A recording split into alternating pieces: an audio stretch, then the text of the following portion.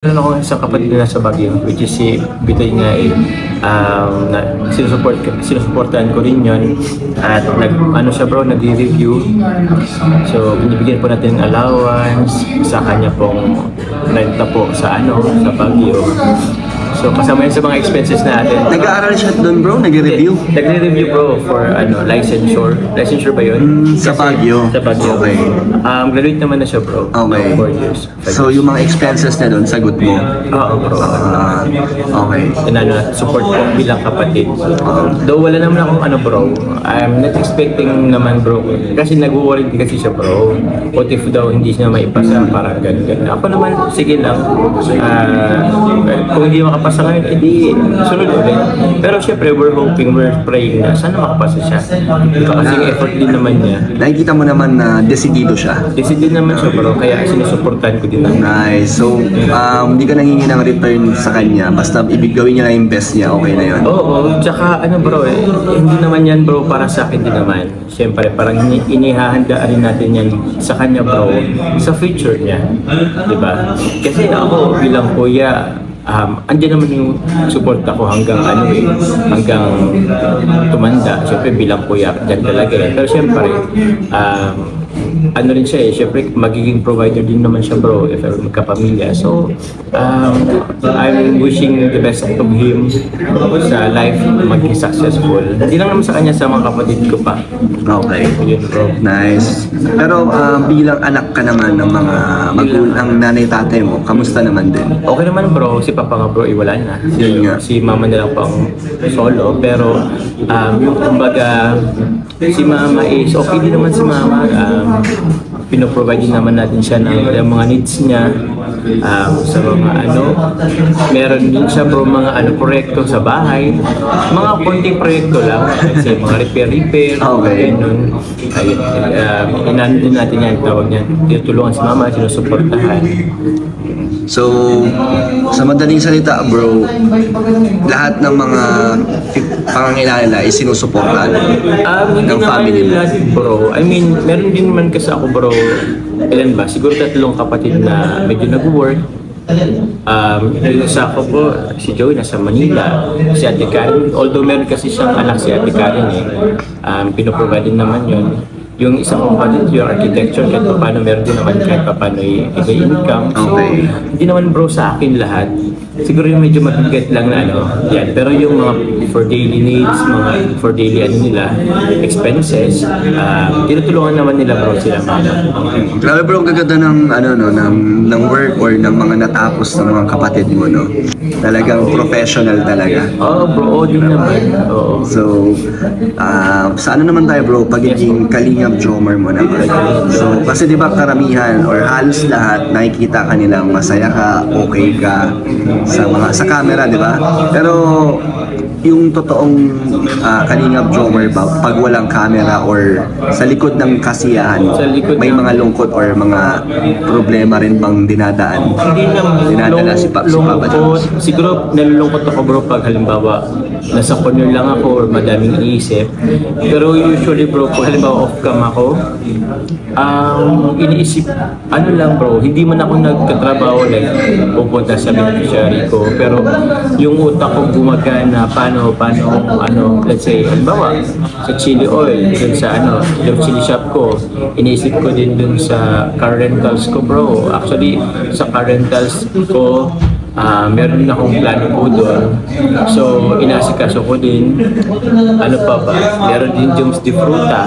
Sabi mo, yun. Oo bro. Joms de Fruta? Joms de Fruta. Katulad kay D? Kaya sa amin yun, di bro. Sa inyo yun? Kaya nga Joms de Fruta. Talaga? Kasi nung una, alam ko, di Fruta na. Ba't naging Joms de Fruta na? Nag-collaboration kami.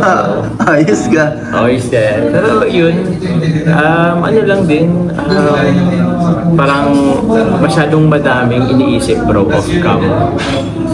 Minsan nga parang sa sobrang dami, nalito na kung anong uunahin ko. Sa sobrang kakaisip kung anong unahin ko, minsan wala na akong nagagawa. Pero kaya mo naman? Itinutulog ko na lang. Na-handle mo naman? Kaya naman bro. Actually, ito bro yung way ko para alisin yung mindset or alisin ang pag-isip ko sa bashing or sa mga negativity. I'll make myself busy na lang bro talaga. Dinadivert mo sa business para mawala yung attention mo sa kanila. Ayokong Hindi masayang yung energy mo. masayang bro yung energy ko. Tsaka ayokong maging unproductive. Gusto ko maging produktibo ang araw ko bro lagi. Ayokong isipin yung mga negatibo, yung mga bashing. Kaya yun, yun na lang ang ginagawa ko sa ibang bagay. Tama. Produktibo. Yes. So, sa mga bashers, hindi po kayo nakaka-apekto kay Papa Joms. Hindi po. Ayokong pumasok kayo sa ko. Sa system mo, parang masisira Masisira. Dead ma lang. Dead na lang. Okay. Nakakapagod ba maging ikaw, Jomar? Tingin mo? Nakapagod bro, actually nakapagod, nakadrain sobra. Pero ano lang to bro, I mean para sa future din naman to bro. I mean, hindi ko naman kasi bro inisip yung sarili ko lang din naman. Kasi kung isipin ko lang yung sarili ko, baka petiks na lang ako. I mean, siguro, kaliwat kanan shopping. Hindi ko yan bro magawa-gawa din minsan talaga yung pagsashopping. Hindi kilala mo ko bro. Hirap akong mag-ano sa sarili kong pera na para sa akin. Siguro sa ibang tao medyo mabilis lang. Pero yun, pagod pero okay naman bro. Inisip ko naman bro, Worth it naman. worth it naman bro. Diba? Worth it naman. Nakapagbigay tayong tulong sa ibang tao, nakapagbigay inspirasyon sa ibang tao, sa pamilya bro, nakakapag-provide tayo. Somehow, syempre bro, andyan rin yung mga tropa sa inyo.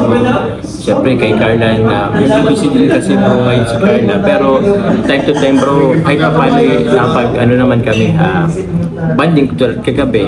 Wow. Kagabi bro. Dito kami bro sa Croco kagabi bro. Alam ba ng mga ano yan? Alam ba yan? Ay, di naman bro kasi lagi kailangan ipaalam lang sa lakad. Basta ano na lang, parang private na lang. Mas Private masaya na. kasi pag medyo hindi Yun din bro ang natutunan ko bro. Kasi before bro parang masyadong broadcast kung anong lakad, kung ano. lahat ng galaw nyo na nakikita, nalalaman. So mas maganda yung private lang. Private lang din naman. Oo. Bahala sila kung anong isipin ng mga ano. Minsan kasi bro, kakaano din. Di ba hindi nga kami na nakikita madalas na ngayon na magkasama. Yun, minsan, ewan, yung iba, ang dami ng kwento, ang dami ng samut-saring kwento na ang inaano, parang ginajudge na kami kung yung standing na ano namin bro. Pero okay lang yun. Ang importante na may alam namin yung ano. Yung sa isa't isa. Yun ang importante. Kayo ang nakakaalam ng nangyayari sa inyong personal na buhay.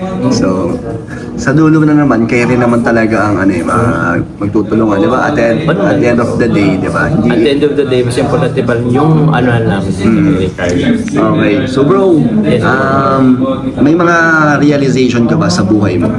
Na ngayon sa status mo ngayon? Realization, paano ba? O yung mga narating mo ngayon, ano yung mga na-realize mo?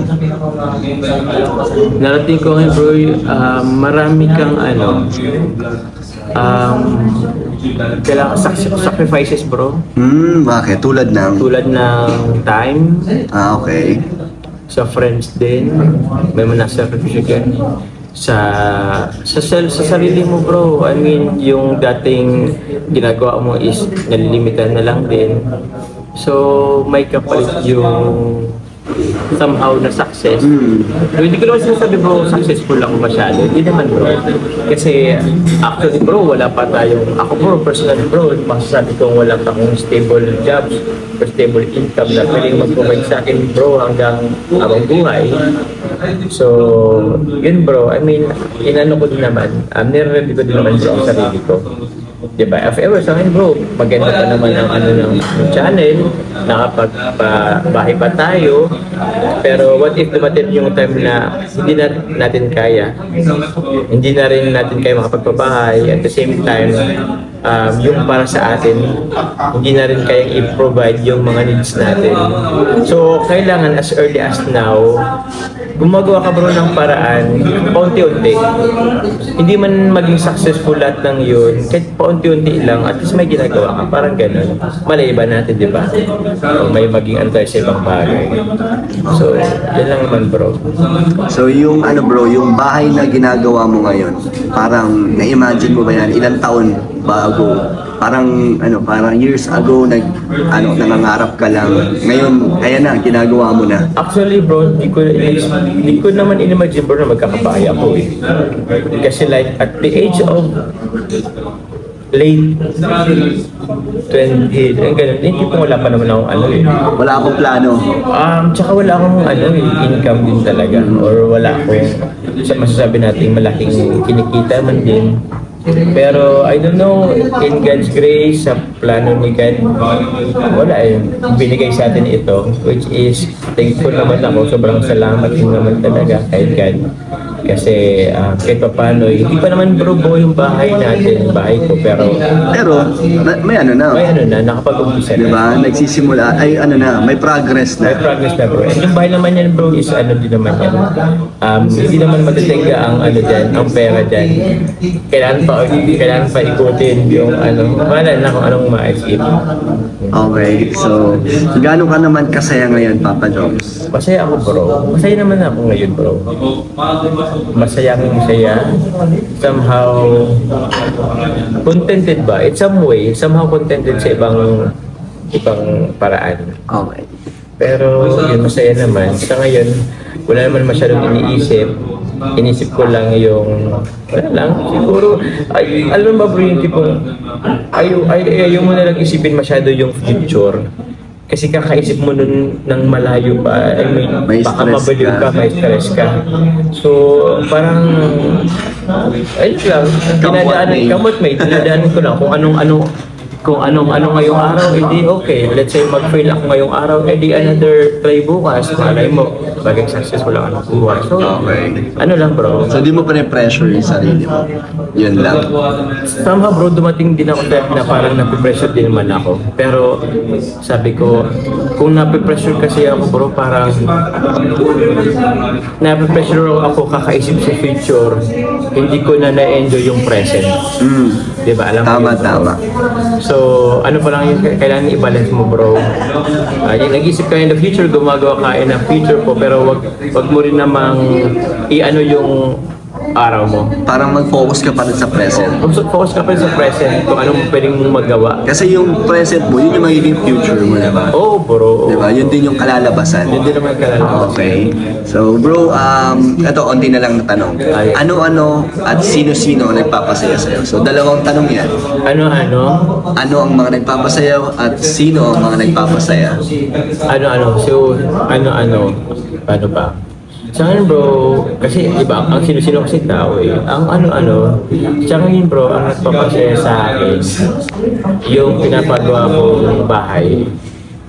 Kasi, kumbaga, meron akong nilulook forward bro na sana matapos.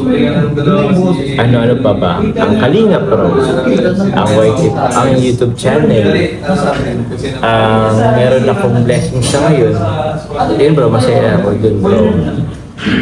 Kayo mga tropa, yan, mga ganyan. Sino-sino, ayun, kasama na sino-sino. Kayo bro, tropa, Team Kalingap, pamilya, siyempre si Carla, kasama naman na yan si Carla. Lagi na nandyan yan. Automatic yan bro, si Carla. Yun, kasamahan sa Kalingap. So yun yung mga nagpapasaya. Sa atin. Okay, so last question bro, from scale of 1 to 10, gaano kalaki ang naibigay ni Carla sa iyong buhay? Gaano kalaki yung parang simula nung pumasok siya sa buhay? Malaki bro. So 1 to 10. 1 to 10? Siguro, hindi ko na bro isasagad. Siguro 9 siguro. Uy, grabe.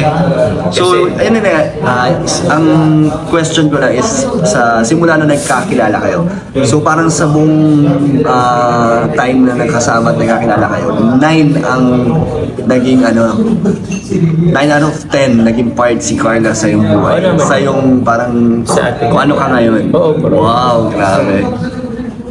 Din naman. Ay siguro, ano ba?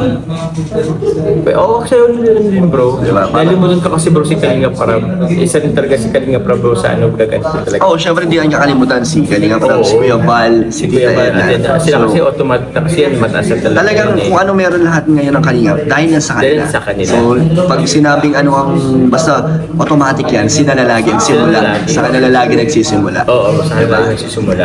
Isa sila tanong mo naman kay Carla, yun tayo sa 9 bro. Yun, so... Siguro yung 1% sa akin na lang din.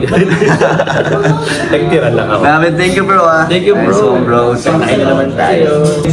So mga kalingap, sana na-enjoy nyo at sana naging meaningful po ang ating interview with Papa Joms po. Yun. Thank you so much po. Bye-bye po.